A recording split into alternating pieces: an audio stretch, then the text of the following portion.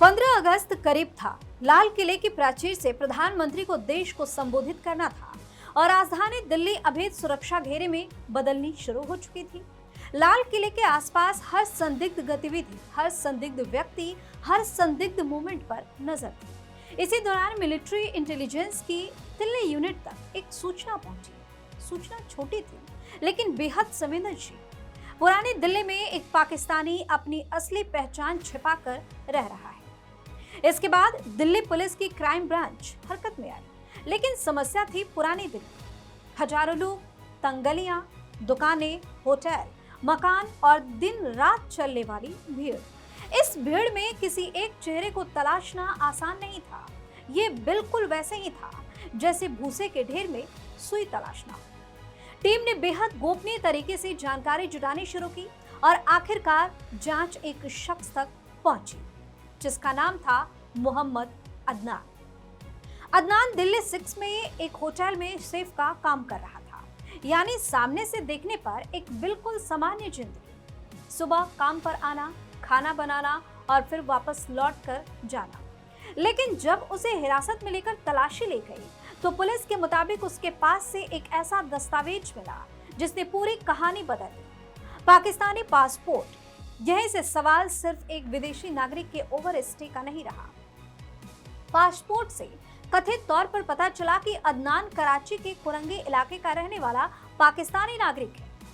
अब एजेंसियों को जानना था कि अगर ये पाकिस्तानी नागरिक है तो भारत आया कैसे, और फिर खुलने लगी अदनान की पुरानी कहानी। जांच में सामने आई जानकारी के मुताबिक अदनान पहली बार चोरी छिपे भारत नहीं आया। वो अपनी मां और भाई बहनों के साथ लॉन्ग टर्म वीजा पर भारत आया था, लेकिन उसके वीजा की अवधि 23 जुलाई 2022 को समाप्त हो गई। इसके बाद 30 दिसंबर 2022 को अदनान अपनी पत्नी जैनब के साथ अटारी वाघा बॉर्डर से पाकिस्तान वापस चला गया। बताया गया कि जैनब भारतीय मूल की है। कहानी यहां तक सामान्य दिखाई दे रही है, लेकिन अगस्त 2024 में इसमें पहला बड़ा मोड़ आया। अदनान की पत्नी जैनब बकायदा इमिग्रेशन प्रक्रिया पूरी करके भारत वापस आ गई, लेकिन अदनान पाकिस्तान में ही रहा करीब 9 महीने तक। और फिर कहानी में आता है वो चैप्टर जिसने सुरक्षा एजेंसियों की दिलचस्पी को और ज्यादा बढ़ा दिया। भारत और पाकिस्तान के बीच तनाव का दौर, ऑपरेशन सिंदूर शुरू हुआ। भारत पाकिस्तान की सीमाएं एक दूसरे के नागरिकों के लिए बंद हुई और इसी व्यापक समय क्रम के आसपास अदनान के दोबारा भारत पहुंचने की बात जांच में सामने आ गई। लेकिन इस बार रास्ता अटारी वाघा बॉर्डर नहीं था। दावा है कि इस बार उसके पास भारत में प्रवेश वैध इमिग्रेशन एंट्री नहीं थी। जांच के मुताबिक अदनान नेपाल के रास्ते भारत में दाखिल हुआ, नेपाल से भारत और फिर दिल्ली। दिल्ली पहुंचकर उसने ऐसी जगह चुनी जहां भीड़ में गुम हो जाना बेहद आसान था, पुरानी दिल्ली। यहां उसने शिव का काम करना शुरू कर दिया।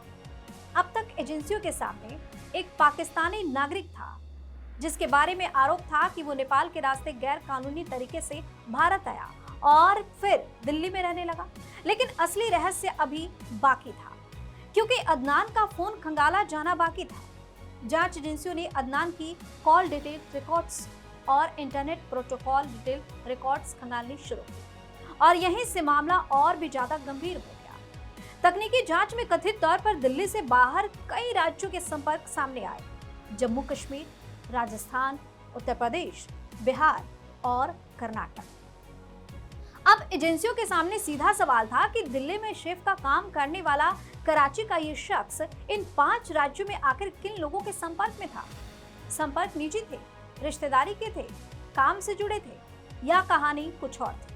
फिलहाल यही वो सवाल है जिनके जवाब जांच एजेंसियां तलाश रही थी। जो जानकारी मिली है उसके मुताबिक एजेंसियां इस पहलू की जांच कर रही हैं कि क्या इनमें से किसी संपर्क का संबंध किसी संदिग्ध नेटवर्क से था। जांच आगे बढ़ी तो अदनान के परिवार का भारत पाकिस्तान कनेक्शन भी सामने आ गया। जानकारी के मुताबिक उसके पिता मोहम्मद कामिल पाकिस्तानी नागरिक है और पाकिस्तान में रहते हैं।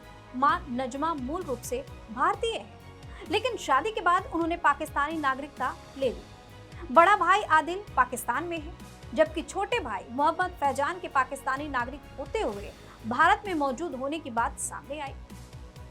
अदनान की दो बहनें वरिशा और मिसबाह भारतीय नागरिकों से शादी करके भारत में रहती हैं और उसकी पत्नी जैनब भी भारतीय नागरिक बताई गई। यानी ये ऐसा परिवार है जिसकी रिश्तेदारी और नागरिकता की कड़ियां भारत और पाकिस्तान दोनों तरफ फैली हुई है।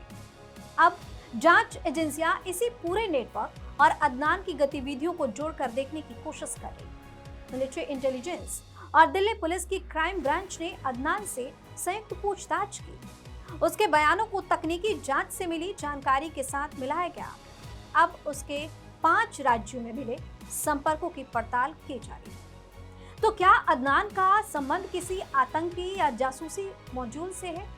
सुरक्षा एजेंसियां इन्हीं आशंकाओं की पुष्टि करने की कोशिश कर रही है। फिलहाल अदनान को दिल्ली के लामपुर स्थित सेवा सदन डिटेंशन सेंटर में निगरानी में रखे जाने की जानकारी है और उसे पाकिस्तान वापस भेजने की प्रक्रिया की दिशा में कार्रवाई की बात सामने आई। तो कहानी फिलहाल यहां आकर रुकती है, लेकिन सवाल अभी बाकी है। कराची से पाकिस्तान, पाकिस्तान से नेपाल, नेपाल से भारत और फिर सीधे दिल्ली 6 का एक होटल। एक पाकिस्तानी नागरिक ने कथित तौर पर वैध इमिग्रेशन रास्ता छोड़कर नेपाल का रास्ता क्यों चुना? भारत आने के बाद उसने पुरानी दिल्ली को ही ठिकाना क्यों बनाया? और सबसे महत्वपूर्ण बात, जम्मू कश्मीर से राजस्थान और कर्नाटक तक उसके संपर्कों की असली कहानी क्या है? हो सकता है जांच के बाद इन सवालों के सामान्य जवाब मिले और हो सकता है कोई दूसरी कहानी भी सामने आ जाए। लेकिन 15 अगस्त से पहले मिली एक खुफिया सूचना ने फिलहाल उस शख्स की पहचान जरूर खोल दी, जिसे आसपास के लोग शायद सिर्फ एक बावर्ची के रूप में जानते थे। दिल्ली 6 की रसोई में खाना बना रहा ये सेफ असल में कराची का पाकिस्तानी नागरिक निकला और अब उसके फोन में मौजूद संपर्कों की परतें खोली जा रही। वीके न्यूज, राष्ट्र के नाम।